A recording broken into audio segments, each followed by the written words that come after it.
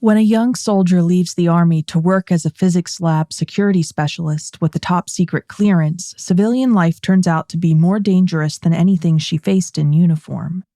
After a series of strange events culminates in her being brutally gunned down, the mystery of her death spawns theories of conspiracy and serial killings in this episode of Last Seen Alive.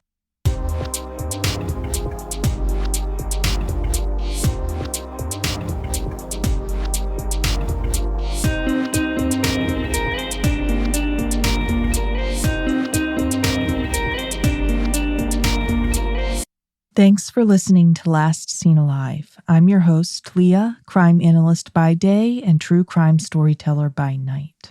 And as always, I'm your co-host, Scott. This is the revisited and enhanced edition of one of our early episodes, which features the unsolved case of Kanika Powell.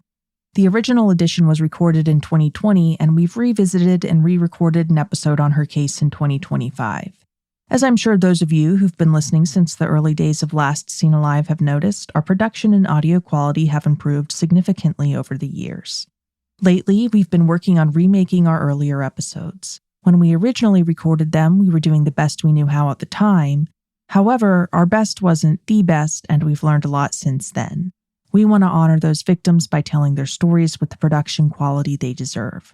So, we've been completely remaking all of our early episodes, including this one. With that being said, on to Kanika's story. Kanika Powell was last seen alive on August 28, 2008. She was 28 years old at the time and lived in Prince George's County, or PG County, Maryland. It's a populous county that borders the nation's capital, and Kanika had grown up there. PG County's location makes it an ideal area for government facilities, and it's home to plenty of them, including the IRS, the NASA Goddard Space Flight Center, and the Joint Base Andrews Naval Air Facility, to name just a few. The abundance of employment opportunities in PG County has made it one of the wealthiest African-American majority counties in the entire country, attracting many bright minds to the area. Kanika was one of those bright minds. 2 years after graduating from high school, she'd enlisted in the Army, where she'd served as an enlisted soldier, learning new skills and seeing other parts of the world like South Korea. After several years of service, including a South Korean tour, she decided not to extend her military service. Instead, she returned home to PG County and began the next chapter of her life. Although Kanika was re-entering the workforce as a civilian rather than a soldier, she didn't completely leave the military world behind when she took a job as a security analyst at a Johns Hopkins University applied physics laboratory. Johns Hopkins is a very prestigious university that claims the unique distinction of being the United States' very first research university. More than a century and a half after its founding, it still leads the country in academic research, conducting billions of dollars worth of it every year. Johns Hopkins is especially well known for its medical school, biomedical engineering programs, and other scientific programs. Yeah, I know whenever I hear about it, it's generally being referenced for some medical breakthrough or medical research. Yeah, very famous and rightfully so. On that note, the applied physics laboratory where Kanika worked is, to put it simply, a big deal. Inside its walls, researchers devote themselves to projects on behalf of entities like the Department of Defense, Homeland Security, NASA, and other government and private organizations. Of course, this means that security is a big deal too. And in order to keep things secret and safe, the lab relies on people like Kanika. Kanika started work at the lab in 2004 as a security contractor with a top-secret security clearance. I can't tell you everything that entailed because that is, of course, highly classified, which means I don't have much of a clue. However, I can tell you that Kanika was proud of her job, even if she couldn't talk much about it. And by 2006, she descended from the rank of contractor to a full-blown employee of the lab, a security specialist, to be specific. She often traveled for her work, going on out-of-state trips for days at a time to destinations like California and Florida. Kanika's job was important, perhaps even critical to national security, and required a certain degree of discretion. And this was fine with Kanika, who kept her work life and her personal life with family and friends pretty neatly separated. Even after her overseas military service, Kanika still maintained close ties not just with her family, but with a group of girlfriends she'd had since high school. And it was those family members and friends who she immediately thought of when something happened at her apartment that made her worry, for once, about her own personal security. By the summer of 2008, Kanika was living at Deerfield Run Apartments, where she lived alone in a rented second-story unit. On the evening of August 22nd, a Saturday, she heard a knock at the door. When she looked through the peephole, she saw a man she didn't recognize. She spoke to him through the closed door, asking who he was. He told her that he was with the FBI and that he was looking for her, Kanika Powell. When she looked through the peephole again, he was holding a badge up for her to see. She didn't open the door, though. She could tell the badge was a fake. She told him she'd already called the FBI to see if they'd really sent anyone to her home and asked to see a photo ID. Instead of showing her a photo ID, the man walked away. So it was definitely a red flag, and she knew that. And as he walked away, she thought that she heard a second man who she couldn't see through the peephole give instructions to the man with the fake badge, telling him to walk in the opposite direction. Kanika really did call the FBI. That wasn't just a bluff, and they denied having sent anyone to her address. They also told her that if they had sent an agent, they wouldn't have behaved like the man at her door had. For starters, a real agent wouldn't have come alone. They would have been accompanied by a second agent. And by a second agent, I don't mean a mysterious voice belonging to an unseen someone lurking in the shadows. I mean, they would have presented themselves together. Think Scully and Mulder. Also, if a real agent had wanted to speak with her but hadn't gotten an answer, they would have left a business card behind so she could get in touch. The stranger at the door did no such thing. Furthermore, FBI agents carry their FBI-issued photo IDs on their person. It's required, and they're generally not stingy when it comes to showing it to people to verify their credentials. A special agent would never announce themselves as FBI and then flee when asked for ID. Yeah, there is a difference between a badge and their actual legitimate identification card. I mean, FBI analysts, we had FBI liaisons in our department, and even they had FBI access badges and identification cards for when they were working in that capacity. Right. And their FBI issued ID, that's a work ID. It doesn't have their home address or any sensitive info on it. It's for work purposes, and they frequently have to display it. It got me onto one of my tangents that I always get into, where a badge on its own, or the shield on its own that everybody knows as the badge, that is meaningless. You could buy it online for probably $10. FBI, local PD, it really doesn't matter. Just having the badge means nothing. Any officer in any state will also have a work-issued ID that says this is who commissioned them. And that is what gives them the actual authority. The badge is just a universal, hey, this is what we do. Right. And if you're ever in doubt, you can always get in touch with the department they say they work for, just like Kanika did, to verify or not. Yeah. So if anybody out there is ever in one of these situations where somebody's like, I have a badge, and they're only showing you the badge and they refuse to show you any kind of further credentialing, that's a red flag. Definitely. Anyway, Kanika called 911 after the man, or maybe men, left. Officers responded to her address, but of course, by the time they arrived, the strangers who'd come to her door impersonating the FBI were long gone. They searched and found no one. This, understandably, did little to ease Kanika's mind. She didn't know why someone had come to her door trying to pull a ruse like that, but none of the reasons she could imagine were remotely positive. And the fact that they'd asked for her by name made it even more alarming. Yeah, it definitely sounds like they had at least been following her or stalking her to some extent. It does sound like that.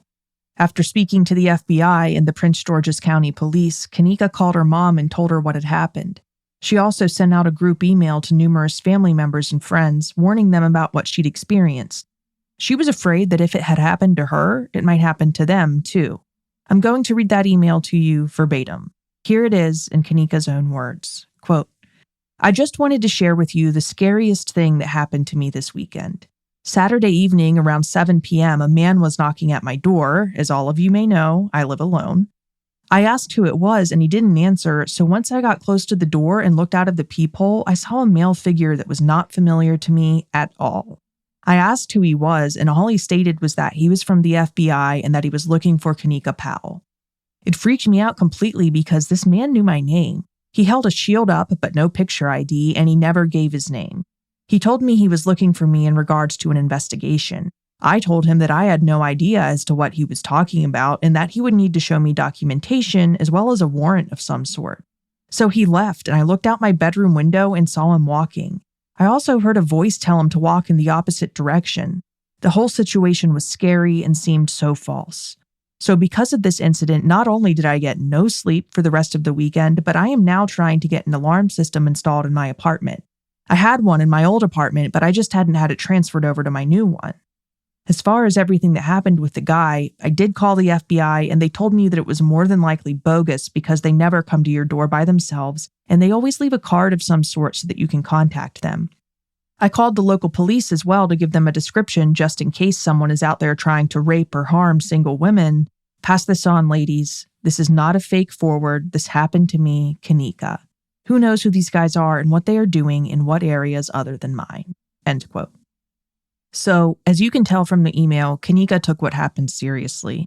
She was a security professional, after all, not the type to brush off something suspicious or just assume that nothing bad could ever happen. She didn't know if she was dealing with a sexual predator, a potential scammer, or what, but her worry was relentless. On August 26th, according to the Washington Post, she had lunch with a coworker and the suspicious visit was the main topic of conversation. According to that coworker, Kanika was actively plotting how to increase the security of her home and how to convince police to launch an investigation into what had happened, to be proactive, to do something. Yeah, I will say that this is one of those situations where her worry is really grounded in reality here because this has all the markers of somebody that has no good intent in this situation. Oh yeah, definitely. There's no positive outcome for it. Kanika did everything right. Meanwhile, she herself was being proactive as well. In addition to warning her friends, family, and coworkers about the alarming happenings, she notified management at her apartment complex. And she did have a security system installed too, just like she'd said she was going to in that email. She did everything right, but that didn't prevent the next strange encounter. On August 27th, just 5 days after the first incident, there was another unexpected knock at Kanika's door early in the morning before she left for work. This time, it wasn't someone claiming to be an FBI agent. Instead, it was a man claiming he had a package to deliver to Kanika. Still wary after the fake FBI incident, she refused to open the door. The man walked away, claiming he was going to retrieve the package, which he apparently didn't have on his person for some reason. Obvious red flag. If somebody's going to make you sign for a package, they should have that package present because your signature is saying you've received that package. Right. He could at least have carried around an empty box just for the sake of the ruse. However, he didn't, and as Kanika waited on the other side of the door, there was only silence. He didn't return, at least not that day. Side note here, I wish I knew whether Kanika was able to look through the peephole and see whether the man was the same one she'd seen a few days beforehand, but I couldn't find any sources that confirmed whether or not she had. I also couldn't find any sources that described what Kanika had been able to see of the original man, his approximate age, race, hairstyle, etc. I'm sure she was able to make some observations, but unfortunately, I couldn't locate them published for public consumption anywhere. Just touching on that real quick, it doesn't necessarily have to be the same man that she saw the first time because there was an unknown person there with him. That's true.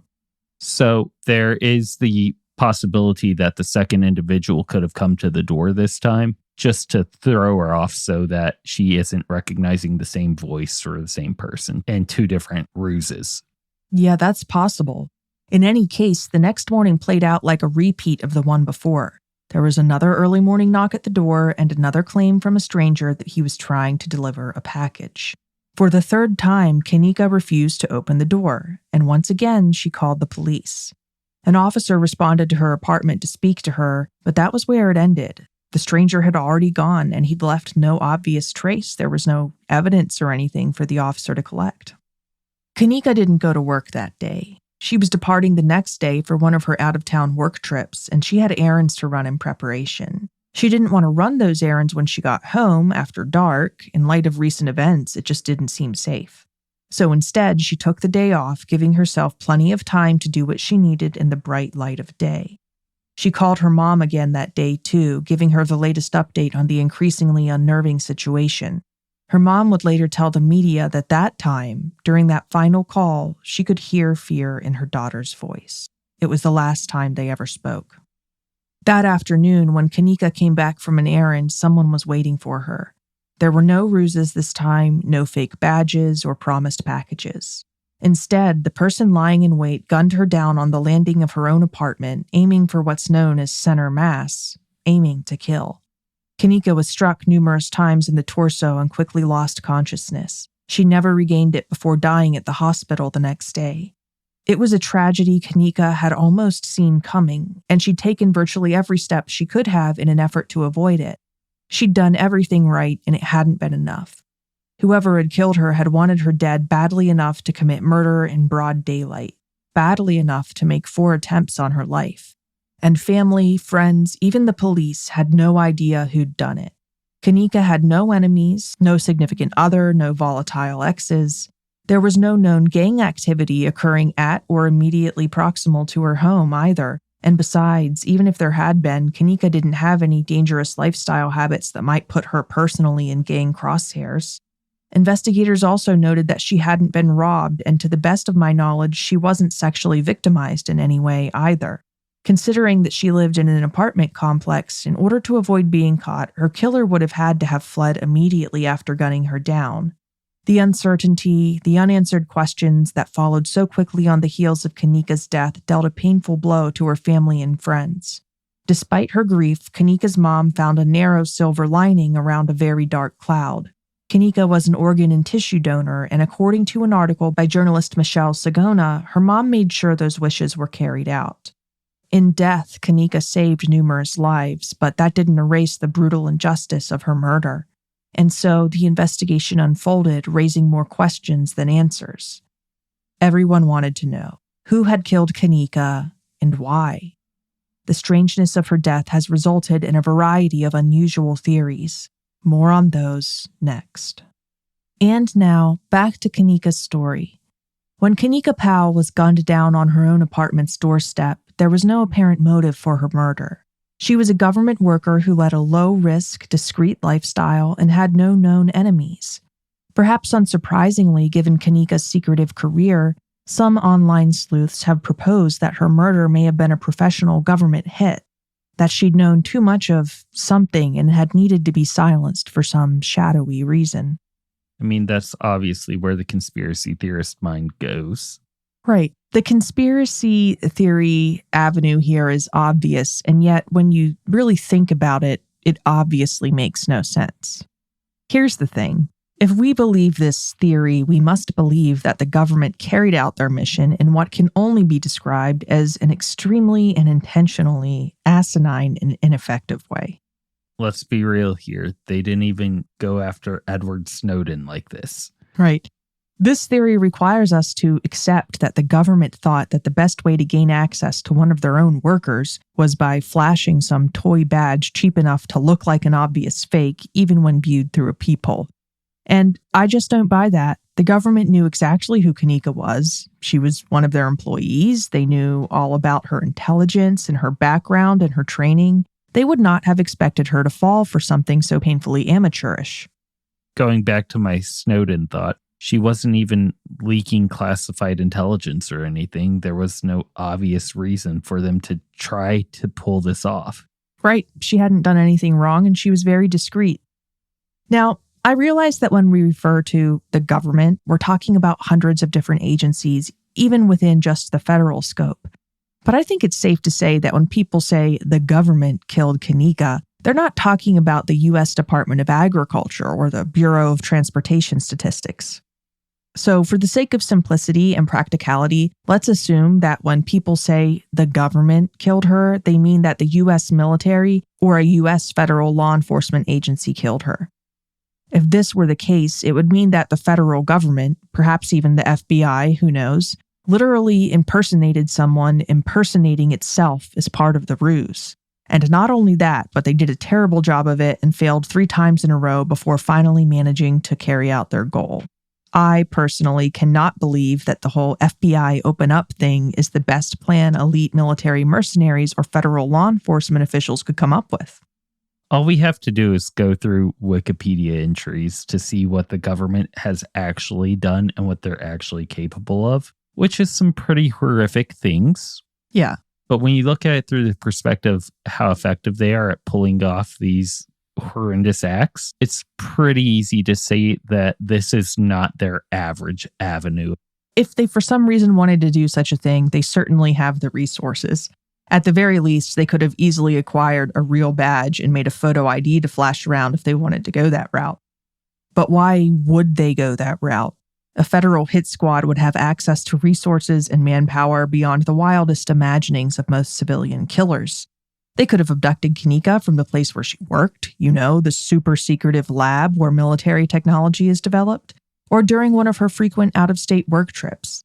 They could have made her disappear rather than bumbling through multiple ham-fisted attempts to gain entry to her home. The possibilities are endless. Just to touch on that, if they were going to go down this route, I do believe they would use an actual badge and an actual ID card, even if it wasn't from the agency that they worked for. Yeah.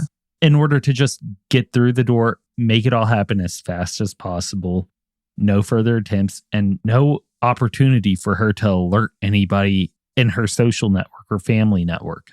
Sure. And if Kanika really had known something that they felt was worth killing her over, I'm certain they would have committed the act much more stealthily and efficiently, not in some unsophisticated way bound to result in podcasters picking apart their methodology down the road.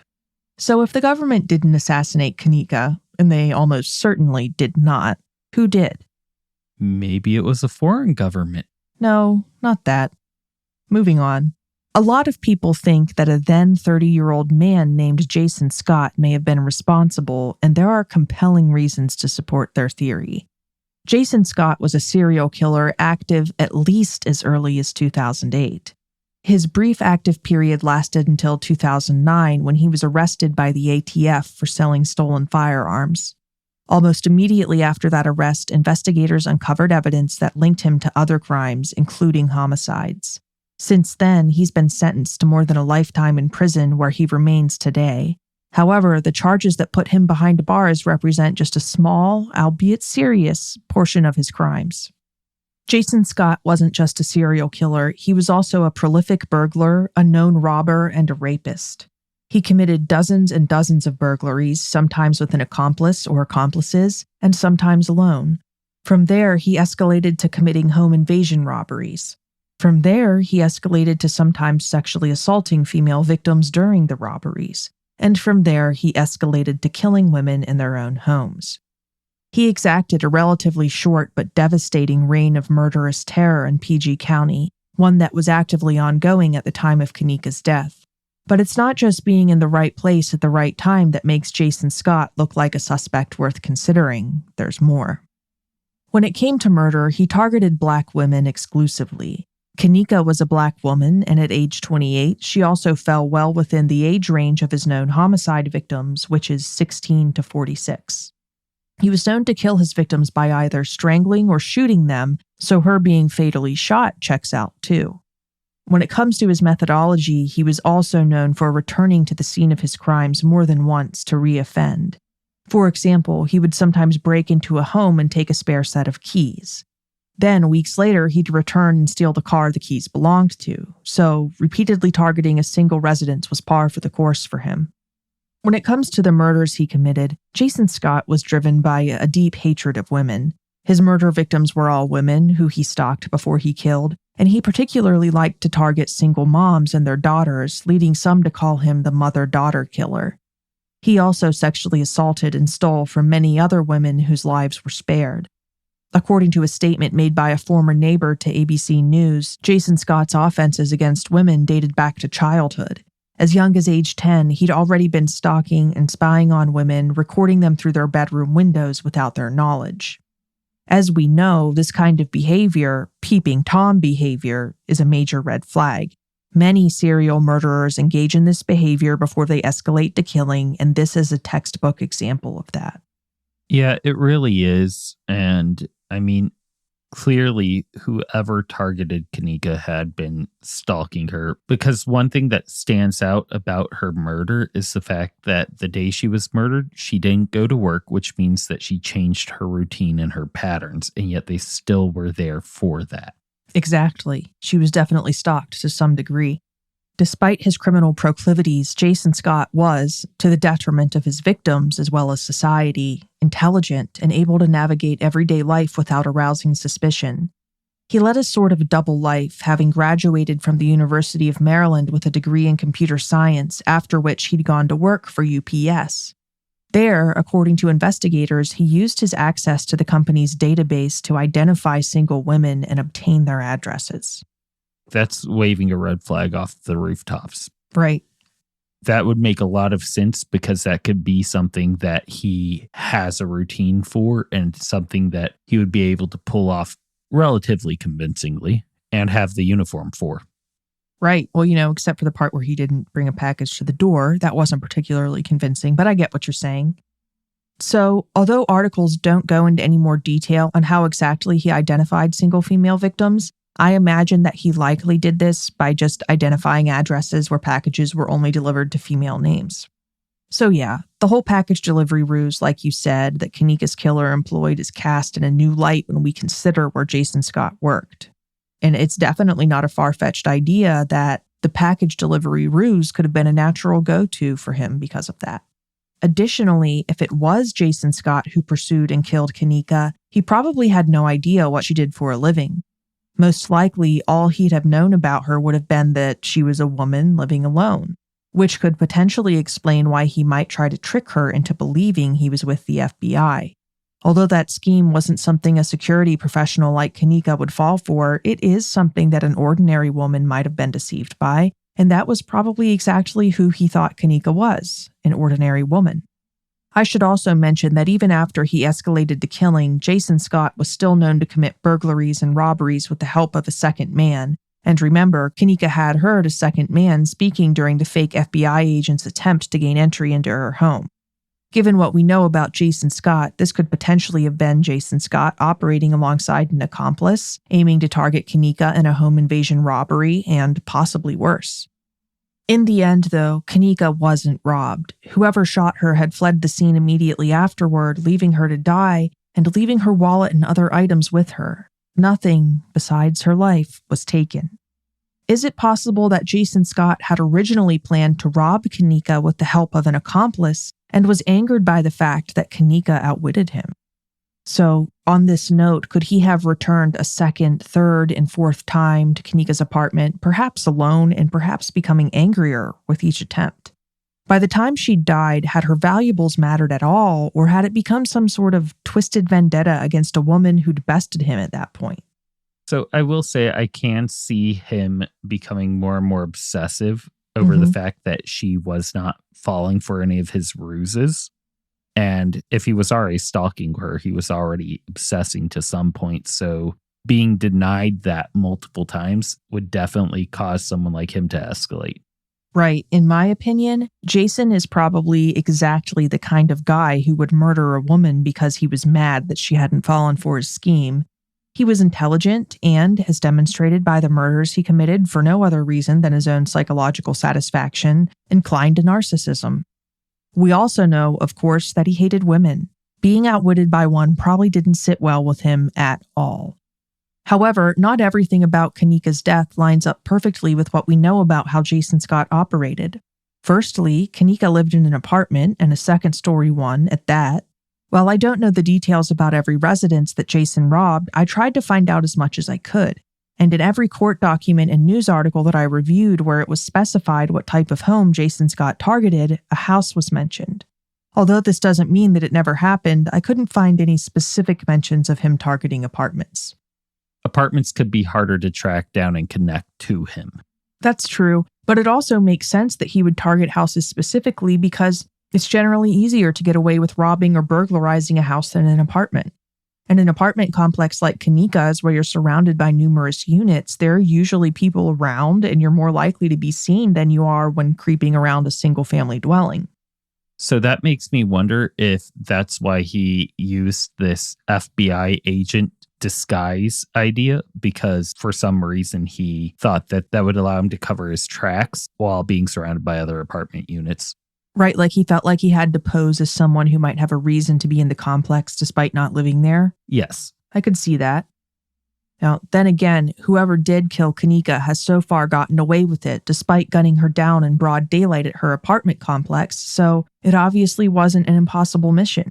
And it's possible that Jason Scott, who again was not stupid, might have wanted to challenge himself by targeting an apartment residence. With guys like Jason Scott, the more difficult a criminal feat is to pull off, the more psychological satisfaction they may get from it. And we've seen that in his behavior with the fact that he liked to return to residences and re-victimize them. Secondly, it's worth noting that Kanika was never burglarized, robbed, or sexually assaulted like so many of Jason Scott's other victims. He also didn't make any effort to conceal or destroy her body or to clean the crime scene as he had with his known homicides. Then again, maybe he killed her out of anger, as we've already discussed. Maybe her caution and intelligence infuriated him, and he was goaded by his own ego into committing a riskier crime than usual. And maybe he didn't try to clean up or hide her body simply because he knew he wouldn't have time. Within moments of him firing his weapon, neighbors had been calling 911. In any case, since he hadn't entered Kanika's home or handled her body, there was nothing really for him to clean up at the scene.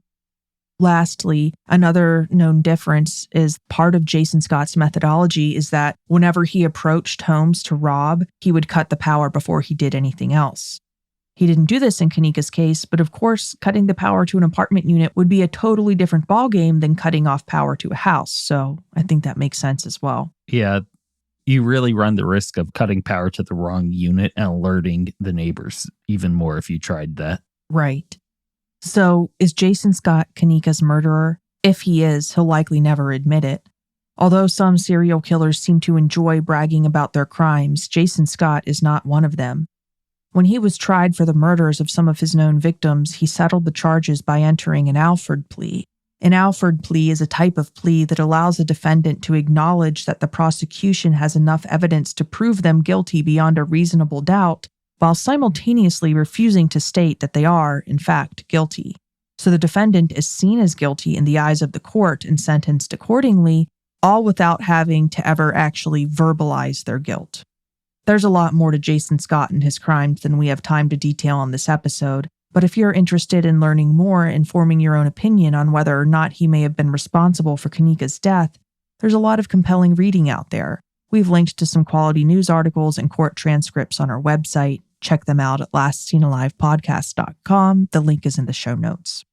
Let's not forget, though, that although Jason Scott certainly seems like a possible candidate for Kanika's killer, he's not the only serial predator out there. The FBI has estimated that there may be between 25 to 50 serial killers active currently in the U.S. So there were and still are others out there like Jason Scott, others who might be responsible for Kanika's untimely death. And of course, she may not have been killed by a serial murderer at all. In fact, the chances of any murder victim being killed by one are small, statistically speaking. Most women who are murdered are killed by someone they know. Her murder may have been a one-off offense committed for reasons that police have yet to uncover and we have yet to imagine. There is one other individual I want to mention in relation to her murder, though. He's not a killer, but rather another victim. Another young, black national security worker who lived in PG County, just like Kanika. 31-year-old Sean Green was fatally shot on the afternoon of November 12, 2008, just 2.5 months after Kanika was killed. It happened during rush hour after he pulled out of his apartment complex while he was sitting in his vehicle at a red light. He was struck 9 times, sustaining wounds that left him with no chance of survival. Sean's murder came as a shock to everyone who knew him because, like Kanika, there was no easily identifiable reason why anyone would want him dead. When he wasn't working at the National Counterterrorism Center in Tyson's Corner as a tech support employee with top-secret security clearance, he spent his time with his 8 nephews or taking quiet breaks to read his Bible. Those who knew him remember him as a warm, family-oriented, and straight-laced guy whose peaceful life was at complete odds with his violent death. At the time of this recording, Sean's murder remains unsolved, just like Kanika's. All we know about his killer is that he wore a mask when he perpetrated the deadly shooting. According to the Washington Post, investigators have speculated that the motive might have been as simple as mistaken identity. There was another man who lived in Sean's apartment complex who drove a car very similar in appearance to his. But ultimately, they don't know for sure, and until they do, neither can we. Investigators have denied any known link between Sean and Kanika's murders, but for some people, the similarities are too similar to ignore. Regardless of whether or not Kanika and Sean's murders are related, neither Kanika nor Sean deserved for their lives to be cut short, and the individual responsible for their deaths deserve to be held accountable. If you know anything about either one of these murders, call the Prince George's County Police Department at 301-352-1200.